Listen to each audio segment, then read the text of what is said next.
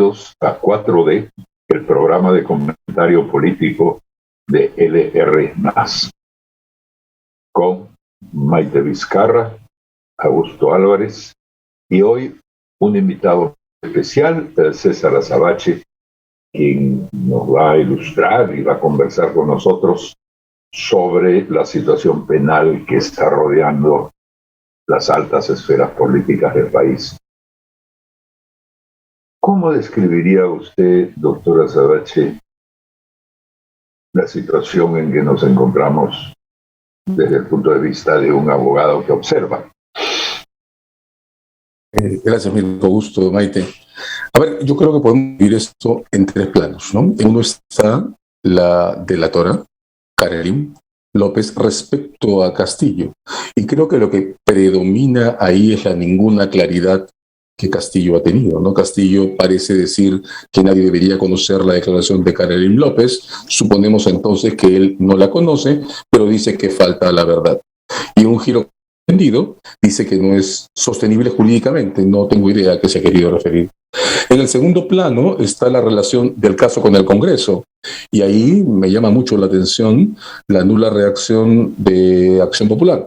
Es una bancada que tiene 5 congresistas descritos o mencionados en la declaración de Karelyn López y que parecería, y mi lectura de las cosas no es equivocada, ayer solo ha salido en respaldo de ellos y no respecto al caso. En el tercer plano está la relación entre esta historia y la Fiscalía de la Nación. La Fiscalía de la Nación, hay que recordarlo, ha tenido 20 años afirmando que no puede desarrollar ninguna investigación de presidentes de la República. Con ocasión del caso Vizcarra cambió de giro y creó este protocolo discutible pero distinto, conforme al cual pueden abrir investigación pero deben suspenderla de inmediato. Ahora, anoche lo ha dicho la fiscal de la Nación, que su despacho planea no cambiar de protocolo e insistir en que no se puede investigar ni siquiera preliminarmente al presidente mientras esté a cargo del mandato. Ha dicho que están investigando el caso colateralmente en cabeza de otras personas, pero que esta declaración no cambiar de parecer. Eso significa que tenemos, a pesar de la fuerza y el peso gravitacional de la noticia, un escenario entrampado, sin rutas claras de solución en este momento. ¿Sería una solución en este caso? Es que esa es la parte que provoca más dudas, porque hace varios meses, anticipándonos a este tipo de escenarios desde sectores, comenzamos una discusión sobre qué necesitaría el Congreso, comenzar por él, para poder proceder en ese tipo de asuntos sin quedar atrapado, como ahora parece que está, en los vericuetos del discurso sobre casos penales, que es muchísimo más estricto, muchísimo más riguroso en términos de evidencias, cualquier discusión política, ¿no? Mientras el estándar para discutir estas cosas sea el de la prueba penal, vamos a tener discursos ambiguos, insatisfacciones, incompletitudes mal llenadas. Creo que el caso Vizcarra, sobre todo, el anuncio del fiscal Juárez, que dio origen a esa crisis, en punto que estaba listo para acusar, 2 años después no hay acusación, el desenlace con la vacancia, noviembre del 20, ponen en evidencia que las crisis políticas no se deben resolver usando reglas penales que están creadas para otra cosa y que tienen otra velocidad de maduración. Entonces llevamos varios meses, 2 o 3 por lo menos, discutiendo si tiene sentido o cómo hacer para que los procesos por infracción a la Constitución, que son cosas diferentes, procesos por delitos comprobados, puedan tramitarse en el Congreso, liberándose de este anclaje en la cuestión sobre las pruebas. Han habido varias alternativas sobre la mesa: derogar el famoso artículo 117, que es el que contiene las protecciones del presidente de la República, modificarlo para ampliar la lista de delitos, modificarlo para que quede claro que, como Marc Cairo ha venido sosteniendo, el defensor del pueblo también, los procesos por infracción a la Constitución son cosas distintas a los casos penales y no requieren pruebas penales en forma ni usar esas reglas. El Congreso, en lugar de discutir estas opciones, ha preferido abocarse a destruir el sistema universitario, se ha quedado concentrado en ese canje ejecutivo parlamento que creo que quedó en evidencia en el cortísimo periodo del premierato de Valer. Entonces, en realidad, la crisis, creo, nos coge desarmados, sin herramientas suficientes para procesarla equilibradamente y en el serio riesgo de tener que pasar un tiempo más en esta incertidumbre, en esta especie de equilibrio por debajo del nivel de cero en el que estamos ahora, ¿no? Ahora, de lo que entiendo, César, es que la situación está entrampada porque hay como dos vías, ¿no? Hay una vía que es la que va a manejar el Parlamento propiamente por un procedimiento constitucional y la otra el tema penal. Y dentro del tema penal también habrían inconvenientes porque la forma en que se está llevando a cabo el proceso necesita de algún tipo de contexto o instrumento para aplicar, si estoy entendiendo bien. El entrampamiento se da en ambos casos, en ambos caminos, en el del Parlamento y en el procedimiento penal propiamente.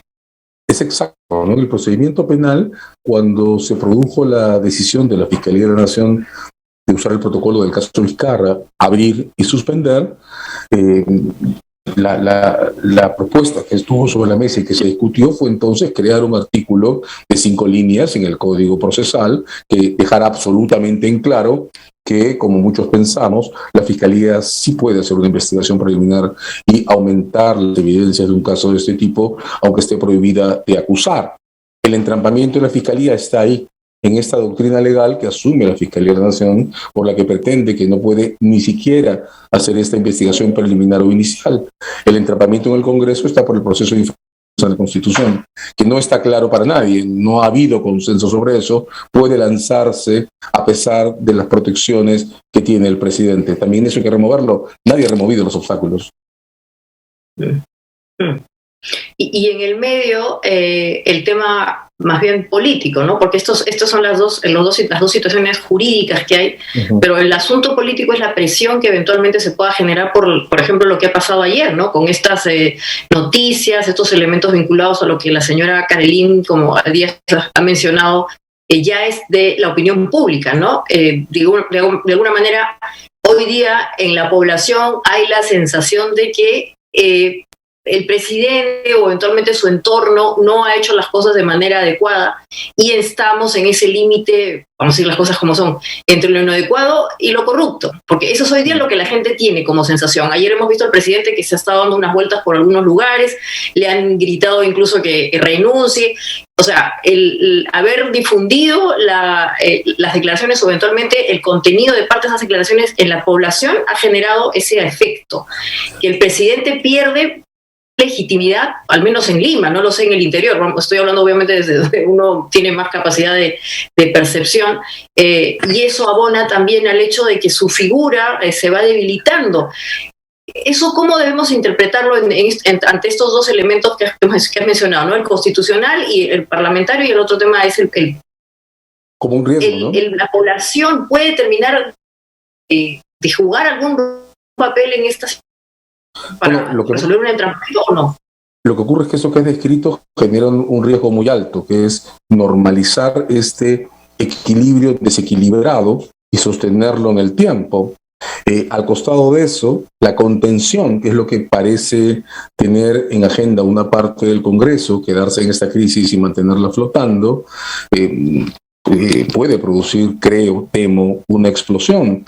Lo malo es que el código de referencia de explosiones sociales que tenemos ante contenciones de este tipo es el del 14 de noviembre, ¿no? Supone ir por el camino de la vacancia, que por su estructura, por su levedad, no permite construir una legitimidad alternativa sostenible, supone el riesgo de imponer en una presidencia temporal a la presidencia del Congreso, que no fue elegida para eso, supone el riesgo de repetir el breve ciclo de Merino, con todo lo que costó en heridos y muertos, por lo menos en la ciudad de Lima, pero también en movilización en otras ciudades. Entonces, una de dos, o ahora nos ponemos de acuerdo y discutimos seriamente todas estas cosas que se han aplazado en el tiempo, y creo comenzamos por abandonar esa prioridad a la reforma o al boicoteo de la reforma universitaria, o estamos creando una escena de permanente repetición, ¿no? Una escena en la que todos nos fugamos hacia la discusión penal porque no tenemos contenedores institucionales que nos permitan cesar las crisis políticas en términos políticos. Yo quisiera volver unos pasitos atrás a tu comentario cuando mencionas la situación de Martín Vizcarra.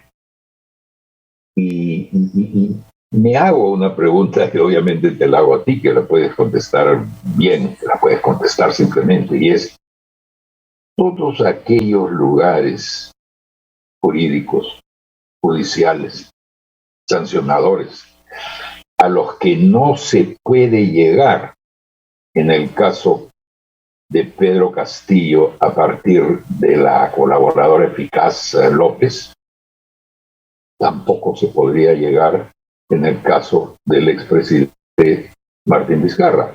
Es decir, hay aquí un escenario en el cual Martín Vizcarra puede recuperar su curul. Hay varias cosas que creo impiden hacer la comparación, ¿no? La primera es que por más sugestivas y potentes que son las evidencias o los testimonios que están rodeando a Castillo, todavía aquí falta lo que se ha convertido en estos 20 años en el testimonio o la evidencia directa, la que se refiere a él como persona. El caso de Vizcarra estaba construido alrededor de situaciones de su propia vida y su propio desempeño. Richard Cisneros era un personaje de su entorno. El testimonio que provocó su caída, el que se refería a los casos del gobierno de Moquegua y obras públicas, era un testimonio sobre él en una sala recibiendo un billete de dinero. La razón por la que la declaración de Carolyn López ha dejado esta sensación de gravedad e incertidumbre al mismo tiempo, creo que es esta: si lo contamos del 1 al 100, donde 100 es el testimonio más grave, el de Carolyn López es un 75, ¿no? Es uno que transita por todo el entorno de lo que había estado haciendo las personas alrededor de Castillo, pero no llega a Castillo. Ayer, cuando César Nakazaki presentaba su resumen de lo que se ha estado diciendo en esas declaraciones, cerraba, yo creo que no era un cierre correcto para la envergadura del testimonio, pero cerraba diciendo que Carolyn López no había hablado de él personalmente, ¿no? Había hablado de su entorno, y que ella no había descrito una organización que él encabezara, había descrito una red de contactos a su alrededor. Entonces creo que ambas situaciones no son comparables. Lo que sí creo que está ocurriendo es que el efecto acumulativo de estos últimos 6 años, contando desde el 16, serían 5 si uno ocurre en cuenta desde el 17, en fin, son detalles, pero el efecto acumulativo de estas crisis está produciendo cambios en el estándar, lo que nos llega a convencer y de lo que nos llega a hacer perder la paciencia. Entonces ninguna crisis es comparable con la otra. Claro, la velocidad de los cambios es muy rápida, por eso yo puedo decir ahora que no hay ningún obstáculo institucional a que la fiscal de la Nación cambie la teoría de Vizcarra, pero han pasado solo 3 años entre una y la otra, ¿no? Y sin embargo la intensidad es tan alta que se puede hacer ese cambio. Me parece muy difícil, cierro con esto, Mirko, comparar las 3 escenas. De acuerdo, o sea, hemos regresado a la vieja frase: el presidente es honesto, el presidente no ha delinquido, el problema es quienes lo rodean. No, no lo creo. Yo creo que estamos en una situación que se puede escribir más bien como: el presidente está bajo sospecha y lo que quiere el sistema político es modificar las reglas de colaboración eficaz. No sé si añadiendo la sospecha, evidentemente, pero ya es exacto. Exacto. Qué gusto. Me tuve un problema técnico, pero quería preguntarle a la doctora Azabache: ¿tiene la impresión, esta noticia comienza a circular el sábado al mediodía y va agarrando mucha fuerza, y el domingo hierve todo, pero que las presentaciones en televisión ayer en Punto Final de tanto el doctor Nakazaki, abogado de la señora Carolyn, como de la fiscal de la Nación, como que le han bajado las revoluciones al tema para el evento en el área política? Puesto, como bien puso al comienzo usted, Maite, que se mueve en el mundo de la justicia y en el mundo de la política en el Congreso, pero como que la fuerza que llevaba ha bajado un poquito el huracán que venía. Yo no sé si el huracán bajó, pero sí me queda claro que durante el fin de semana la noticia sobre la delación de Carolyn López ha sido leída también desde el punto de vista de las expectativas por cerrar este ciclo de incertidumbres. Y entonces también es verdad que le hemos asignado al hecho de que Carolyn López delate sobre el caso el sentido del testimonio final. Y claro, el de Carolyn López no llega a ser el testimonio final. De varias maneras, en el relato que Nakazaki ha confirmado ayer, los parientes y el entorno de Castillo sugieren una semejanza con las denuncias que se hicieron en su día sobre los hermanos del presidente Toledo. Lo que ocurre es que no estamos a principios del siglo, estamos en el 22. Entonces también las noticias sobre el entorno delictivo, sospechoso de un presidente, luego de los $20,000 en el baño del señor Pacheco, luego de la narración de estas amenazas que no hay que pasar por alto a la vida de Carolyn López y a sus hijos, dan un volumen diferente, ¿no? Entonces por eso le decía a Mirko hace unos minutos, no estamos yendo para atrás. Estamos girando en una espiral que no termina de cerrarse y en el que las señales institucionales ambiguas, como la insistencia anunciada para el día de hoy de regresar sobre la ley que trata de limitar el plazo de la colaboración eficaz, se vuelven dramáticas. No creo que hoy día ya no es una hipótesis entender que la ley de colaboración eficaz que se está discutiendo en el Congreso aplica antes que nadie, que para nadie, para el presidente Castillo, porque es este testimonio el que hemos estado discutiendo estos días, el que va a tener tendría solo 8 meses de plazo para poder ser tramitado. Entonces, en general, creo que la espiral no funciona, creo que nos daña mucho, porque está pretendiendo sostenerse como estable, es decir, de alguna manera el sistema nos está llevando a vivir así este tiempo, no tiene válvulas de solución y eso lo que produce o lo que temo que puede producir es una enorme rebaja en las expectativas ciudadanas sobre una autoridad, un gobierno, un sistema político mínimamente transparente, ya ni siquiera digamos representativo. Y lo que podríamos estar entonces viendo es una situación en donde aparecen muchas evidencias de corrupción, no poder hacer nada. O sea, con lo cual la vía que te queda otra vez sería la protesta de la gente en la calle. O sea, si es que esto llegase a un nivel tal en donde es increíble, pero estaríamos en una aporía, como dirían los griegos, o sea, no tiene solución esta cuestión ni por A ni por B, es una locura. Hoy día no la tiene, y hoy día creo que la situación es más grave que solo empujar a la calle. Creo que lo más grave de esto es que puede permitir que la calle se vuelva indiferente y que nos están imponiendo una situación de asfixia institucional en la que tengamos que terminar bajando la cabeza y resignarnos a que no hay caminos de salida. Y eso creo que no es aceptable. Creo que si algo tenemos que hacer ahora es encontrar una ventana por la cual podamos formar espacios de resistencia ciudadana, de resistencia ética, a dejar en claro que esto no es tolerable. Puede ser la calle, pueden ser las redes, puede ser la prensa, pero tenemos que tener una manera de resistir a esto. Importante lo que dices, porque en verdad, o sea, la calle otra vez vendría a ser la última medida, pero hay que empezar a tener entonces la conciencia de que en verdad la situación no está bien, o sea, porque ahora lo que puede pasar es que ante el hecho de que esto, como decía Augusto, se vaya desinflando, bueno, como evidentemente los ciudadanos tienen que seguir viviendo y trabajando, y obviamente estos son problemas a veces de otro nivel, bueno, se vaya perdiendo allí en las agendas y finalmente transcurre todo esto en un equilibrio, como tú dices, malsano, ¿no? Porque finalmente nos vamos a acostumbrar a esta situación. O hay que empezar a hacer que la gente de alguna manera también tome algún tipo de acción. O sea, las redes sociales es un mundo, pero no sé, ¿cuál podría ser el punto acá de por dónde podría resolverse esta historia? Porque también, claro, salir a la calle y gritar implicaría que, como tú dices, vayamos a la situación del 14 de noviembre con lamentables resultados y bueno, y a partir de ahí ya que se desmorone esto, ¿no? Y eso sí sería un drama, ¿no?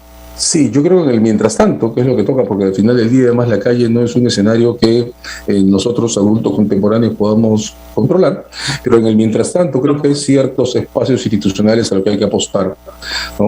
Voy a poner un ejemplo. Todos recordamos que hace algunas semanas el presidente Castillo transitó o deambuló, no sé cuál queda mejor, por el primer piso del Palacio de Justicia sin que nadie lo recibiera.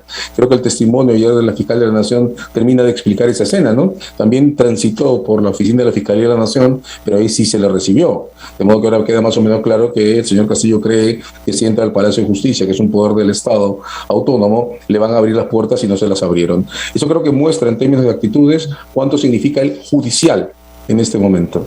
Tenemos un riesgo enorme y es que este Congreso, en medio del entrampamiento en el que estamos, quiere imponer magistrados en el Constitucional. De hecho, los mandatos están vencidos, pero conservar el Constitucional, la Defensoría del Pueblo es un espacio también que ha mostrado autonomía, aunque no le guste a todos, no está alineado en el sistema de tires y aflojas. El judicial, hay que empezar a pensar, creo, además de nosotros mismos y nosotras mismas, a crear espacios institucionales de resistencia o abonar en los que ya existen, en los pocos que nos están quedando. Gracias, doctor Azabache. Encantado, gracias a todos. Me ha dejado pensando sobre las puertas que se le pueden cerrar a Castillo y probablemente sobre los peligros del maximalismo, que es donde estamos metidos también en cierto sentido, ¿no? Muchísimas gracias por venir y por aclararnos a nuestro público y a nosotros aspectos claves del problema que vivimos ahora, y esperamos tenerlo con nosotros pronto. Encantado, muchas gracias, amigo. Augusto, Maite, a las órdenes.